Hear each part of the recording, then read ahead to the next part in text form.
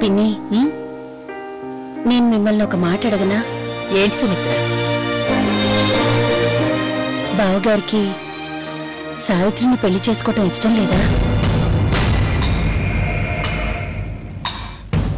నీకెందుకు అలాంటి అనుమానం వచ్చింది?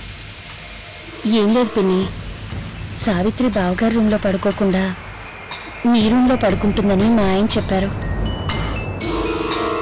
ఈరోజు శ్రావణ శుక్రవారం కదా, సావిత్రి బావగారికి హారతి ఇవ్వాలనుకుంది.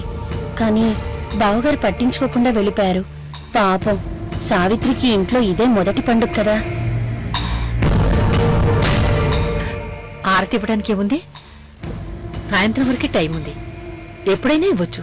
నర్మదక్కున్నప్పుడైతే బావగారు హారతి తీసుకోకుండా బయటికి వెళ్లేవారు కాదు. అయినా సావిత్రి కూడా ఇంతకు ముందులాగా కలివిడిగా ఉండటం లేదు. ప్రాబ్లం ఏం లేదు కదా పిన్ని, అందుకే అడిగాను. అలాంటిదేం లేదమ్మా.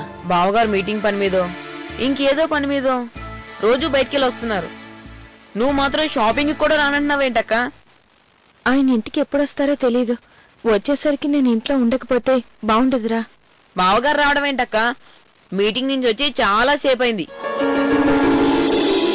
బయట ఎవరితోనో మాట్లాడుతున్నారు. వచ్చేసారా?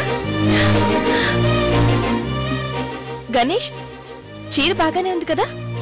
బాగానే ఉంది గాని ఎక్కడికి వెళ్తున్నావు అక్క? ఈ రోజు శ్రావణ శుక్రవారం, మీ బావగారికి హారతి ఇచ్చి ఆశీర్వాదం తీసుకోవాలి. ఓ, ఈ రోజు శ్రావణ శుక్రవారం పండగ కదా. నేను హారతి ఇద్దామని వచ్చాను, మీరు హడావిడిగా వెళ్ళిపోయారు. అందుకే ఇప్పుడు హారతి ఇద్దామని వచ్చాను. సార్, మీ ఇంట్లో మీ శ్రీమతి గారు ఇచ్చే హారతి కూడా తీసుకోకుండా వచ్చేసారంటే మీ కాన్సన్ట్రేషన్ అంతా ఎలక్షన్స్ మీద పెట్టినట్టున్నారు. మీరు ముఖ్యమంత్రి అయితే మేడం గారు రోజు హారతి ఇవ్వకుండా మిమ్మల్ని బయటికి అడుగు పెట్టినవరేమో.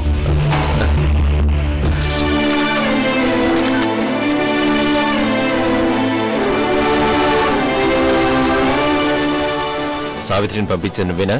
ఎక్కడికి? ఇంకెక్కడికి? నేను ప్రెస్ వాళ్ళతో మాట్లాడుతుంటే తను అక్కడికొచ్చి నాకు హారతి ఇచ్చింది.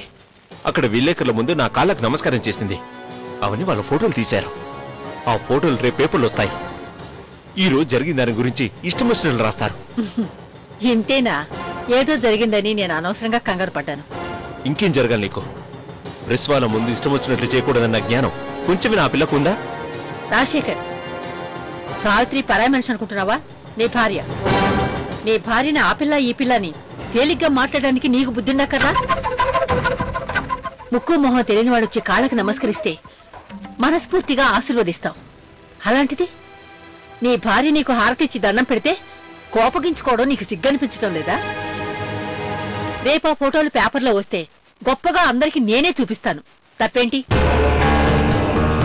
చూడు రాజశేఖర్, జీవితం అంటే గతాన్ని తలుచుకుని కుమిలిపోతూ వర్తమానాన్ని నరకం చేసుకోవడం కాదు.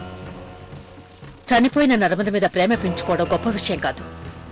బతుకున్న వాళ్ళకి నీ ప్రేమ పంచగలిగితే అది మానవత్వం అవుతుంది. సావిత్రి జీవితం పాడవకుండా ఆ అమ్మాయి మెళ్ళో తాళి కట్టావు.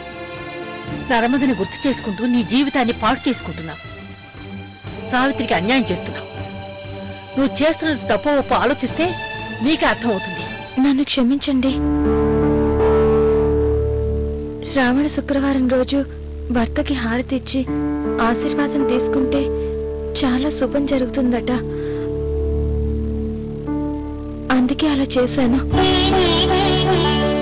మీరు నలుగురిలో ఉన్నప్పుడు నేను అలా చేయడం మీకిష్టం లేదని నాకు తెలుసు. రాకూడదని కూడా నాకు తెలుసు.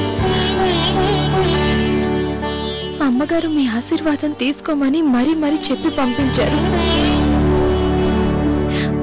అమ్మగారి మాట కాదనలేకపోయాను.